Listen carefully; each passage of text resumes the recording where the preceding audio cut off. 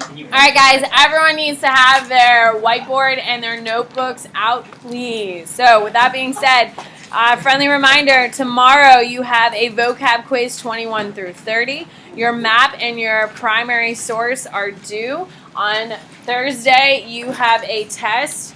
Math, focus, and spice are due on Thursday, so please make sure you're getting your work done. All right, on the top of your notebooks, you should have week 15 at the top. We're still in period 4. There's no need to change it. And today I'm teaching Africa. All right, let's do it. Now all you people are super quiet now. All right, here we go. So you don't need to write anything yet. Just listen. So week 14, I was teaching European exploration. Remember how we talked about the Portuguese came through and all that stuff? That was Africa through the eyes of the Portuguese. Today we're going to talk about Africa through the eyes of the Africans and see their perspective and how much damage the Portuguese did on top of what will become future Europeans. Alright, so the Kingdom of Ghana is going to be one of the wealthiest. Just listen, you don't have to write anything down. They're going to be doing slave trade as well as gold. And then we have the Kingdom of Malay. What do you know about the Kingdom of Malay? They're period 3 people. You should know a lot of things. What do we got? Grace Mary. So the founder was Sundiata. Sundita? Perfect. Yeah, he wasn't about Muslims, but Manson was, and he's the richest guy in the world. There we go. Why did Sundita convert to Islam, Connor? To encourage trade with Arab merchants. There you go. So he wanted to facilitate more trade, so he converted, okay? And that's the reason why he did it. Now it's going to have an interesting take on this in a moment here. Now you do need to write down Songhay. Songhay is brand new. Songhay is going to have its golden age led under Sunni Ali. If his name's Sunni Ali, what religion is he? He's a Muslim, follows Islam, okay? His big claim to fame, the Songhay, they are going to be the first African army to have guns. Okay, now, if they have guns, what type of trade do they participate in? Slave trade, because that's the fastest way to get guns is to be doing slave trade. So they are slave traders. They are going to be the first African country to have a gun-bearing army. Now, this is a very big deal. Now, they are not fighting Europeans, but they are fighting other Africans with these guns. Now, just listen. The Swahili states are dying. They're gone. Because the Portuguese are going to pull into their ports, and they are going to refuse to let the Swahili people to trade, and the Portuguese are the ones going to control all their trade. Now, if you think back to the Great Wall of Zimbabwe, the piece you learned in Ren's class, yes? Okay, he said it was in an abandoned village. The reason why it's been is because of the Portuguese. That's the reason why it's been. What do you got? Could have the Kingdom of Congo is next. African Americans have done like little slave trade just so they could get guns and then revolt against Europeans? Well, Like, you mean Africans? yeah, Because not African Americans. that's just African. They're going to try, but can Africans make guns? No, but can't they like do enough slave trade to where they can have enough guns? Like, Yeah, but what happens if your gun breaks? Are you going to be able to increase your technology? Are you going to be able to produce amount of bullets in order to do it? It's the same thing that happened with the South here in the American Civil War. Okay, the South killed more people, like a 2 to 3 ratio. The South killed more people. Why did the North win? We are industrialized, and I said we because I'm a Northerner. We won because we had all the supplies, we had the guns, we had the bullets, we could continue making things. The South didn't. They depended on the North for everything, and that's why they couldn't win. What? So Europe was like bringing these things to Africans, right? Yeah, it's exchange for slaves. So were guns kind of like a state secret? No, at this point everyone kind of has them and stuff like that. They just can't produce it. Africa today is still not fully industrialized. They still can't produce guns on a large scale. Not every country can. Some countries have begun the industrialization process. But let me get back here. So the Kingdom of Congo, you need to know that they do have a relationship with the Portuguese. So if they have a relationship with the Portuguese, what do they engage in? Don't tell me trade. What type of trade? Slave trade. They're slavers. They are slave traders. Now, the Kingdom of Congo has a king named King Nzinga Mbemba. Okay? He is going to be the king. You need to know his name. he is going to look out on his people and all this trade, and he's going to do just like what Sindita did. He's going to convert his people to Roman Catholicism. Why would he convert to Roman Catholicism? Matteo.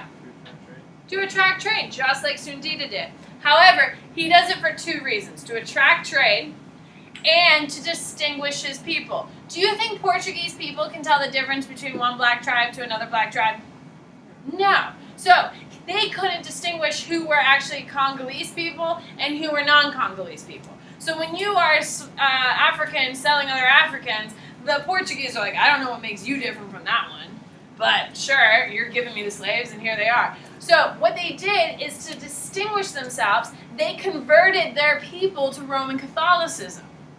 So they thought that the Portuguese wouldn't enslave other Christians, because a Christian would never enslave another Christian, would they?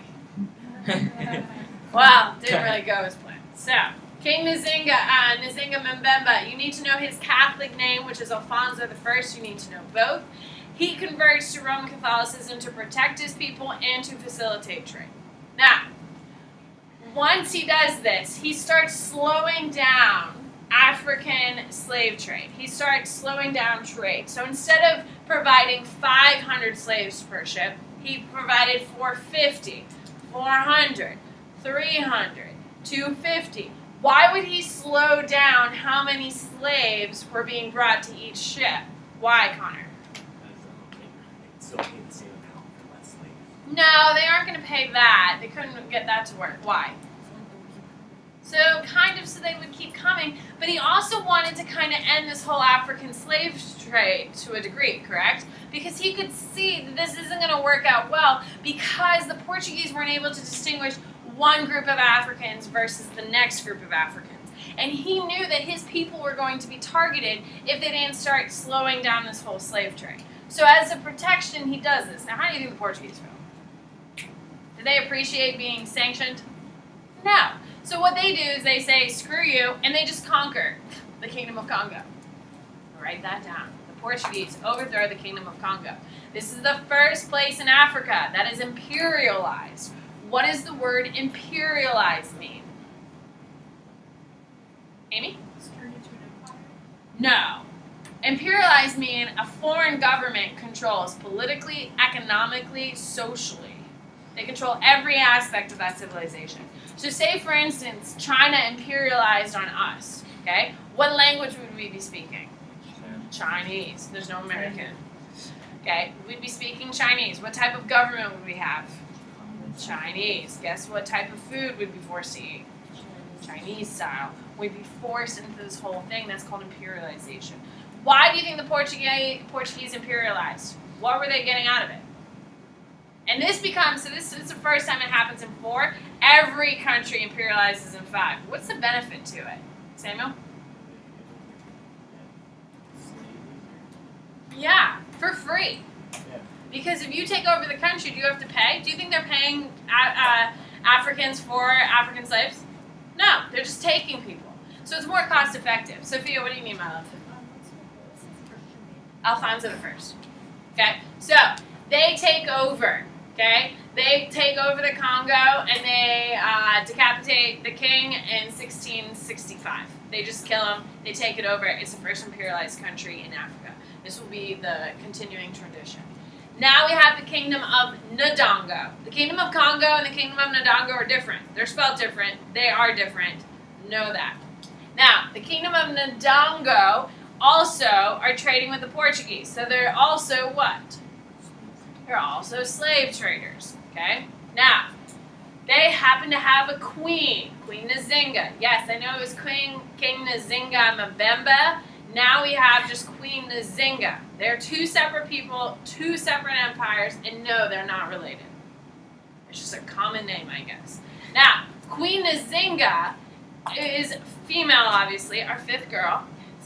Okay?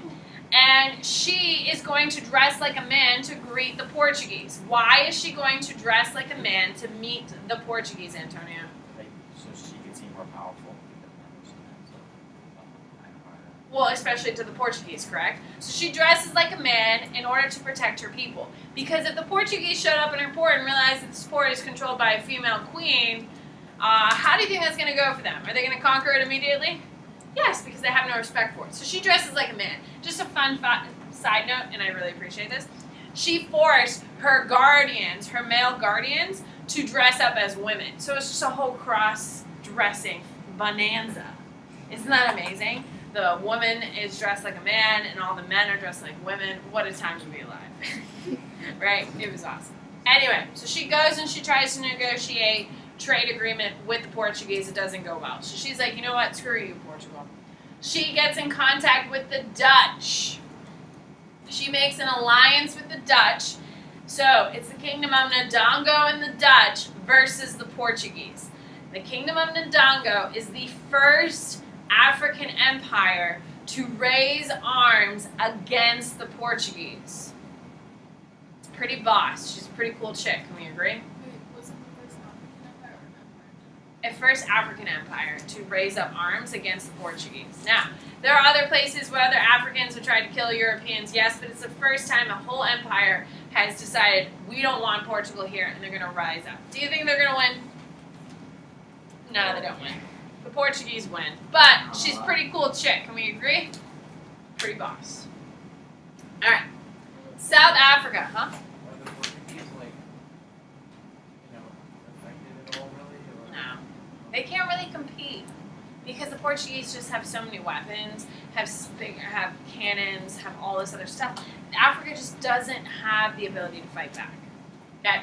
Now, it's only going to get worse in period 5. You should see what the Italians do to Ethiopia. Okay, so regional kingdoms in South Africa. Despite South Africa is controlled by the Dutch. Now in period 5, we're in 4 right now. In period 5, there's like 3 major conflicts you'll memorize for South Africa. But right now, you just need to know it's controlled by the Dutch. However, today in 2018, what language do they speak? English. They speak English today. That's their official language. So who's going to conquer the Dutch? The English. Okay. So, Islam, you don't have to write a single thing down, just listen. We know Islam has arrived in Africa. Who can tell me how Islam got there? Carlos. Camels. So a camel came, and then everyone started worshipping Muhammad and Allah. Camels let like the people cross the Oh my god, I can't. Chloe, Interregional trade. from where? Mecca or the Middle East. Simplify. What trade routes now open? The Silk Road. No. What trade route is now open, Kayla? Trans-Saharan trade. Silk Road's going to China. Wow, we're cutting through Africa. Okay, so we have the Trans-Saharan trade, which is opening up, which is carrying Muslims into Africa. Of course, that's when Sundita, Mansa Musa, and all that crap's happening. Now, in Africa, all this influence is still around and still kicking it. So, now we have a people called the Fulani, and you really don't need to know much about them, except for the fact they are, if they're Fulani, they are going to implement Sharia law. What is Sharia law? I've taught you it before. Grace, put it away. What? Oh. Looks like you're on your phone. So weird. You're going to want Fulani down there, boss. What do you got, Samuel?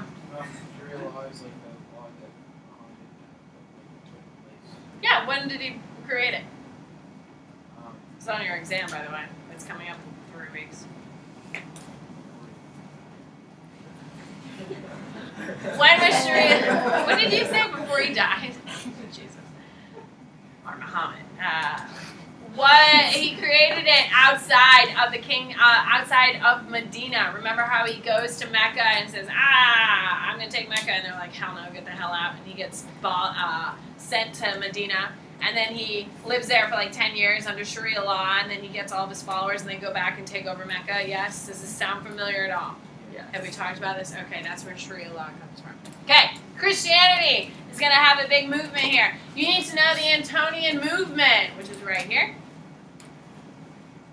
Antonian movement was created by a chick named Donna Patrice. We're not counting her as one of our chicks, though, because she's an interesting character. Her beliefs I agree with, but she cut off her arm 3 times.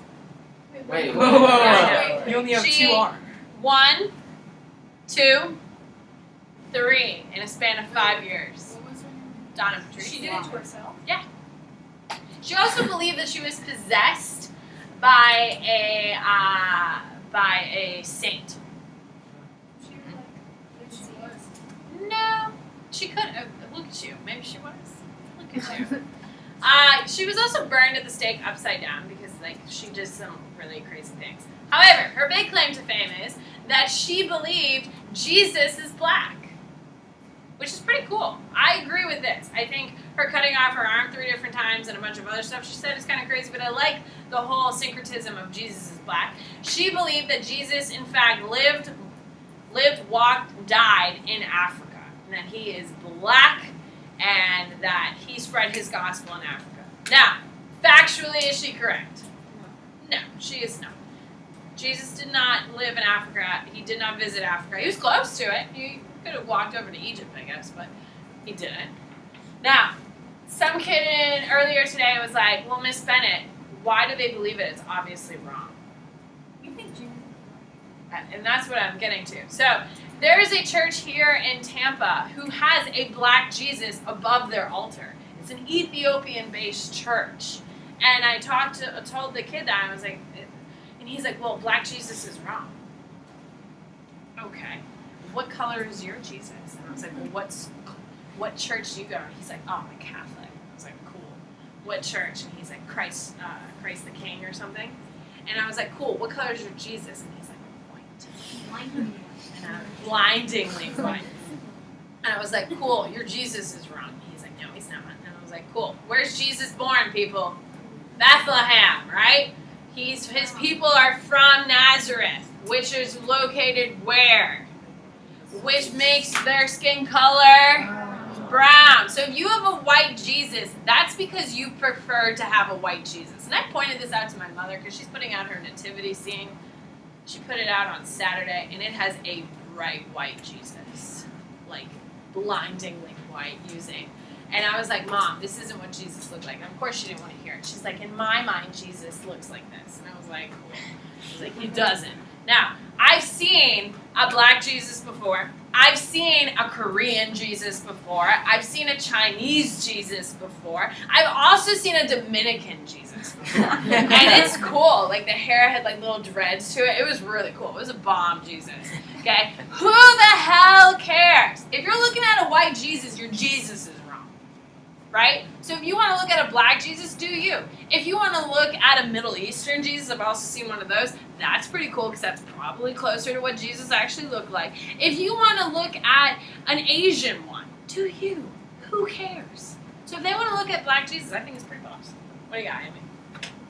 So if she believes that Jesus like lived in Africa, does she not believe that Jerusalem is actually right? No, I don't know how far she went with it. But that's a great question. You could totally Google it. The impact of, you need to know that Manioc, you're going to write Manioc, and you need to write this bullet point right here. I don't know how far she went with it, to be quite honest. She didn't have that long of a life spewing all this stuff. Like I said, she was quirky in many other ways. But the idea of a black Jesus definitely sticks. And that idea is going to be carried by the slaves who bring this idea to the Americas, and especially here in the United States. There's a very large population of African Americans who do believe in a black Jesus. Like, there's tons of black churches. One of my kids earlier today, she's like, oh yeah, I have a black Jesus hanging in my grandma's kitchen. Like, cool. What is wrong with, like, there's nothing wrong. Is it factual? No. However, most people are looking at an unfactual Jesus anyway. So make Jesus, like, your homeboy, man. Like, whatever you want. Who cares? If you want to have a purple Jesus, have a purple Jesus. My favorite Jesus is a 6-pound, 8-ounce baby Jesus. You guys you don't watch Talladega Nights? I love that movie. It is so quotable. I love that movie. And he is that when prays. they're at the If dinner you're table? first, you're last. Yes. Either at the dinner table, and he's like, my favorite Jesus to pray to is the baby Jesus. And if that's what makes you happy, do you. Who cares? Anyway. Okay, you need to know that Manioc is going to create a massive increase of population. This massive increase of population is going to happen even though the African slave trade is happening. So millions of people are... Oh, do you want me to go? What do you want? Oh my God. Do you have any more of those like the refine, the focus? Yeah, it's in the box. And what about this one? That one. That one? Yes. And where are you pointing? Hi, you're really pissing me off now. So, population is going to grow. Manioc is going to increase the population, and it's going to continue to increase even though millions of people are being exported out of Africa. It's a weird fact. All right, to the boards. Here we go. On your whiteboard, please tell me. No. Is that it? Is it? I don't know. I can't trace it. On your whiteboard, please tell me what is the name of the first empire that has a military with guns? What is the first African empire that has a military with guns? Good. What is it, Ariana? Songhay. On your whiteboard, please tell me what African empire is the first to actually draw arms against the Portuguese? No. Good. Good. What is it? Jackson. Ndongo. On your whiteboard, what African empire is going to convert to Roman Catholicism in order to facilitate trade and to protect its people? What do you got? Caroline. No, Blaine. Sorry. Caroline's sister. Last period. Congo. On your whiteboard, please tell me what is the name of the gentleman who converts his people to Roman Catholicism in order to protect them. There are two names you need to have on your board, his traditional name and his Catholic name.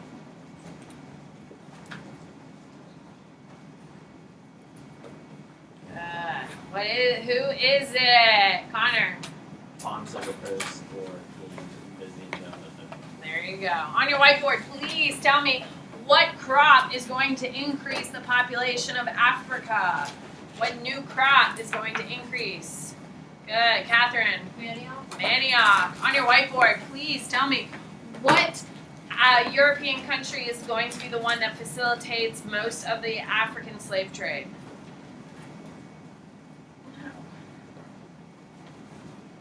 What is it, Julia? Who is it, Julia? Portugal. Portugal. On your whiteboard, please tell me what is the name of the gentleman who leads the golden age of the Songhay? Who is the name of the dude who leads the golden age of the Songhay? Good. Tor. Sunni Ali. Sunni Ali. On your whiteboard, what is the name of the African civilization that is the first to implement Sharia law?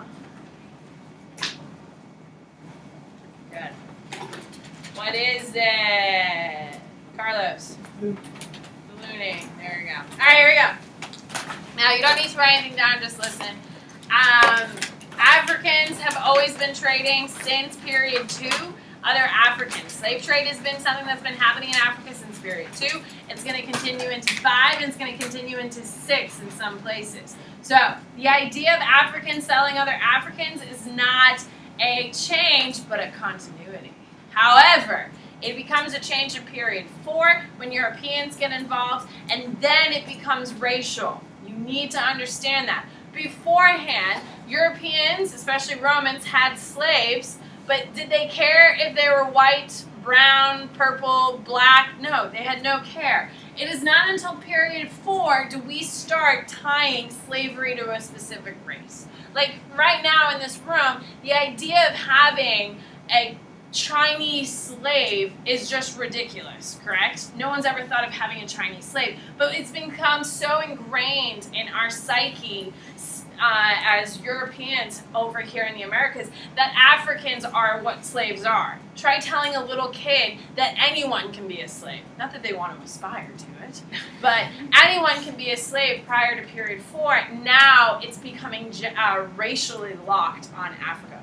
Why? Why does Africa become the racial identity of slavery? Why, Antonia? Most slaves come from that. Well, yes, but why? Why aren't we still using brown ones, Asian ones, white ones anymore? Why, Andres? Under proximity to the Americas, and they're like better at like labor because they're more used to like the climate. They're more used to the climate, which is why they originally become favored. However, when there's a lot of white people wandering around in the Americas, specifically in what will become the United States of America, it's easy to color code. If they're black, they have to be slaves. If they're white, they have to be free. It's easier to keep track of your slaves if everyone's color coded. That starts in period 4. That's why. All right. So, Islamics. Just listen. You need to know that the Muslims are trading slaves. Period 2, before they're Muslims, they're trading slaves. Period 3, when they become Muslims, they're trading slaves. Period 4, they're trading slaves. Period 5, they're trading slaves. And even in 6, they're still doing slave trade. So keep in mind, they're just pushing them into India, into the Arabian Peninsula. Now, be aware that Portuguese are going to try buying slaves on their own. It's going to go terribly. So then they're going to hire Africans to sell other Africans to them. Yes, as we've talked about 10,000 times. Okay, just listen, triangular trade. Goods are going to be moving from Europe to Africa, from Africa to the Americas, and going around in that nice little triangle. We know this. You shouldn't have to write it down. A new term that you probably haven't heard is called transatlantic slave trade. If you don't know that term, you need to write it down. It's called transatlantic slave trade. When we talk about slaves moving from the continent of Africa to the Americas, it's technically called the transatlantic slave trade. Now, does it also fit in triangular trade? Yes, because slaves are moving in that. But technically, if you're just talking about slavery and you're not talking about goods moving, then it's transatlantic, yes. Transatlantic slave trade is dealing with any time a slave crosses the ocean to get to the Americas from Africa. That's it. So, triangular trade and transatlantic slave trade heavily overlap. You're not wrong if you use them interchangeably, but I need you to understand what transatlantic slave trade is. Now, the Middle Passage, you also shouldn't have to write anything down. You already know this. The Middle Passage is when slaves are put on a ship in Africa and they are sailed across to the Americas, 4 to 6 weeks. A very, very low estimate. It estimates around 12 million people moved. However, in the last 6 years, we estimate that now it's up to 20 million Africans were actually moved and exported out of Africa to the Americas. We have a low estimate that 4 million died at sea. We now estimate it's close to 6 to 7 million died at sea. So this is a huge loss of life that is occurring here. Now, if you look at my little chart, you will notice the 15th century, 16th century, and all of a sudden in the 17th century it explodes, and then the 18th century, the amount of slaves in the America explodes. What happens here that is going to increase the demand of slaves? Sophia?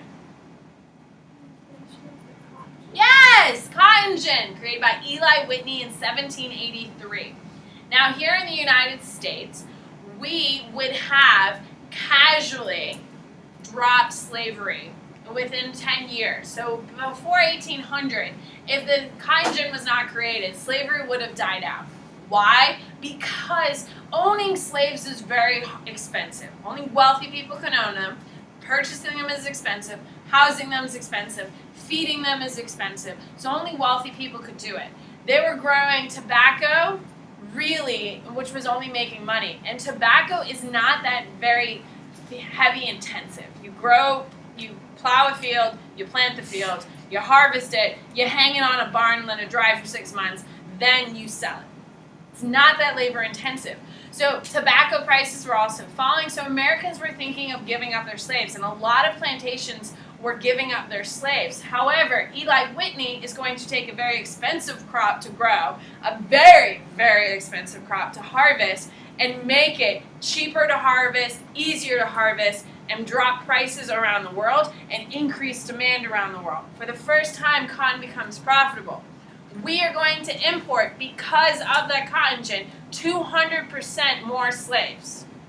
So what saved slavery in the United States? The cotton gin. I think of all those people, what do you got, Connor?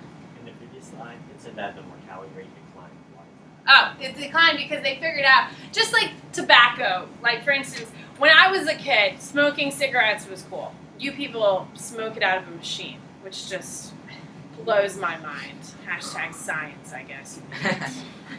Great. You're still gonna die just as fast, people. That stuff has to give you cancer. Has more? Cool. That's the dumbest thing. You idiots. Anyway, not any of you people, because you would never smoke illegally because you're under the age of 18 tobacco products. Except if I went through your bags, which I'm absolutely not, because I don't want to be disgusted. You people. Anyway. Are you sure? I already have one. I caught one already this year. Idiots. Who cares? Idiots. Anyway, the rate's going to decrease. Just like with tobacco products, when tobacco was starting to be seen as a negative thing, they're like, oh, no, we're not really that bad. We'll put less tar in it now. You know, when they're trying to clean up their image? Same thing that's happening, because the Europeans are going to start saying, maybe slavery isn't that great. Maybe. And they're like, oh, no, we're not killing that many people anymore. So they're going to start killing less on the trip, so they're going to take more humane care of them. Does that make sense, Connor? Okay, so they're just trying to clean up their image as we go. Because slave trade officially ends in 1888, which is a nice number to remember. Now, a couple things I do want you to just know is that not every African nation is engaging in the slave trade. You need to know that. Some African nations are slave traders. Some of them are not slave traders. So I don't want you to think every African's like, yeah, let's trade our neighbors in. That's not the case, but some of them are. Now, social effects of the slave trade. This is something you do need to write down. You need to know that there are distorted sex ratios in Africa.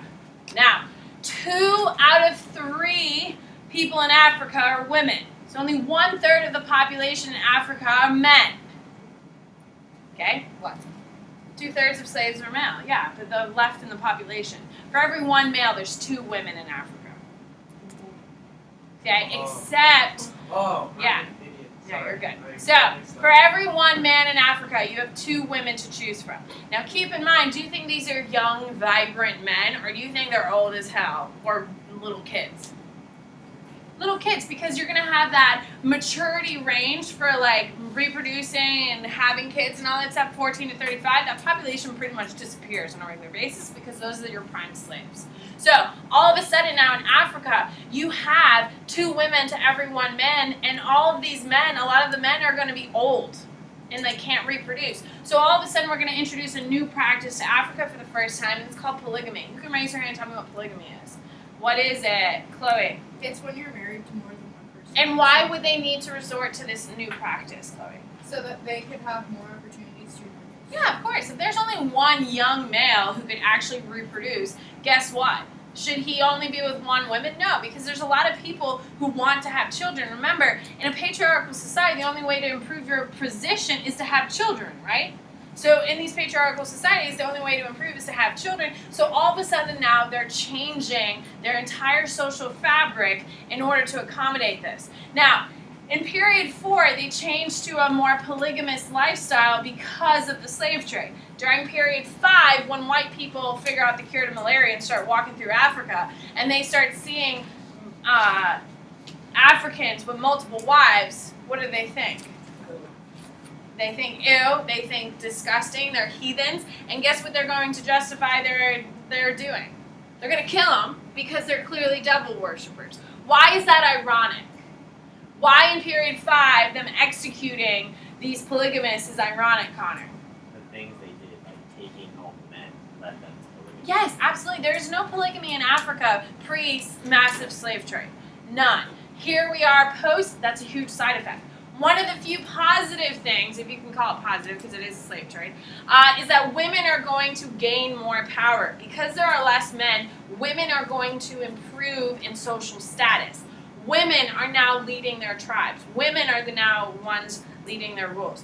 Now, if you think about stereotypes, okay, for women, black women are the strongest, most powerful, most ardent, and most accomplished. Like, they can just kick ass all the time, correct? Black women are who you see as powerful. When you see Asian women, stereotypically, you think of them as meek and passive and, you know, don't want to cause any problems.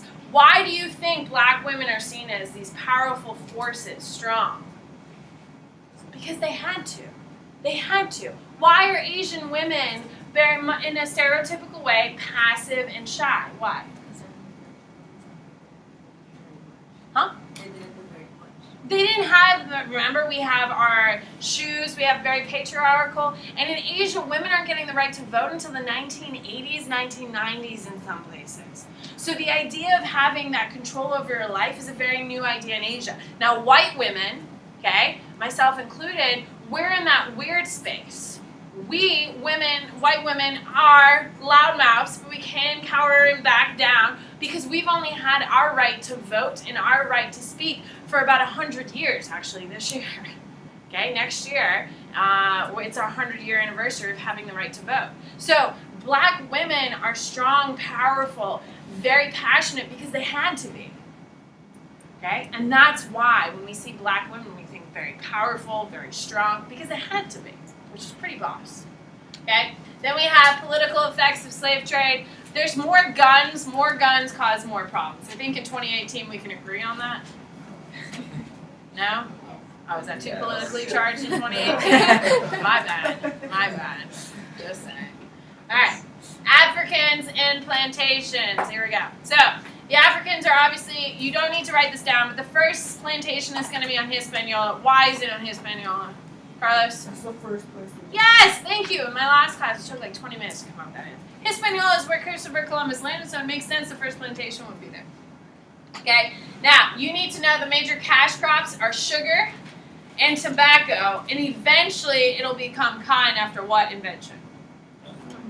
The cotton gin, but that's not until period 5. Now, cotton is still being harvested, but it's not a moneymaker. Because there's like a certain kind that grows easier, but they couldn't harvest it. Well, and that's the problem is the harvesting, because you have to separate the leaves from the cotton, and you have to get the seeds out of it, because the factories aren't going to deal with it unless it's cleaned. So that process, you can, like a person can sit there and comb out a pound every like hour, which is not very effective. With the cotton gin, you in an hour of time, you can clean like 150 pounds. So as you can see, it now becomes more effective. That's very fun. Okay, you need to know that there are regional differences. Now, in the Caribbean and South America, that's your first heading. Okay, in the Caribbean and South America, you are going to see that Africans are going. Are any of you familiar with Brazil? Are you Brazilian? No. Oh, okay. You're familiar with Brazil. How many black Brazilians are there? Is there a lot of them, or are they mostly like brown-skinned people? There's a good amount of black, but mostly it's Hispanic-looking. They have the browner, lighter skin, that beautiful skin. Anyway, one of my best friends is Brazilian. And she's everything you think about when you think about Brazilian women. It's offensive. She's so stinking pretty, it's disgusting. I celebrate her, but damn it. Anyway, there's not that many black Brazilians in Brazil today in 2018 in comparison to the United States, where we have a 30% population. Brazil imported about 18 million Africans, okay, and have less than 3% of the population are black today. Why? Samuel. Oh, you need to know that sugar is the biggest one, tobacco, and then eventually will be cotton. What? Why, Solange? Yeah, I'm getting into it. Why is there not that many black Brazilians in 2018? There are some, but there's not a bunch. Mateo, why? They all died. You need to know that in the Caribbean, in South America, 18 million people are going to essentially be imported into Brazil. They have about a 6-week lifespan. When you show up to Brazil, you have about 6 weeks to live. Why? Malaria. Now, black people have a pretty good resilience to malaria. Does anyone know the nickname of malaria? It's the killer of white men is the nickname. Because white people have no antibodies for it. It can. The reason why white people don't go into Africa until period 5 is we figure out how to beat malaria in period 5, and then we can start wandering through Africa. Beforehand, white people stayed on the coast because we'd get sick and die within a couple of weeks. All right, goodbye.